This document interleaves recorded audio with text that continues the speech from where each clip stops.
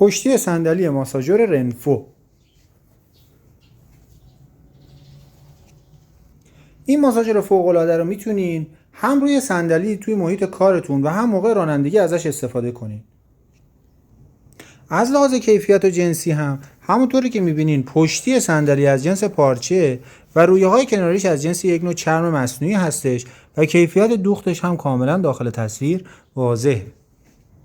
علاوه بر اینکه یک قطعه مناسبی برای پشت سرتون قرار داده، پشت دستگاه هم در واقع بندهای مخصوصی قرار گرفته تا کامل بتونه پشت صندلیتون فیکس بشه و تکون نخوره.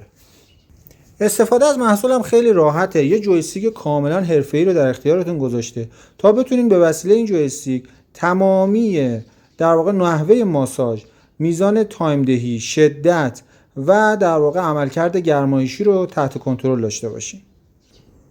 استفاده ازش هم خیلی ساده است. فقط کافیه که دکمه پاورش رو بزنید. دکمه پاور که زده میشه بلافاصله شروع میکنه به ماساژ دادن. که حالا شما میتونید مقطعی که در واقع مد نظرتون هستش که ماساژ بده، قسمت در واقع فول بک، آپر بک و لور بک، یعنی قسمت پایینی و قسمت بالایی و کامل رو ماساژ بده، یعنی از پایین تا بالا بره و برگرده و به صورت ریتمیک ماساژ رو انجام بده.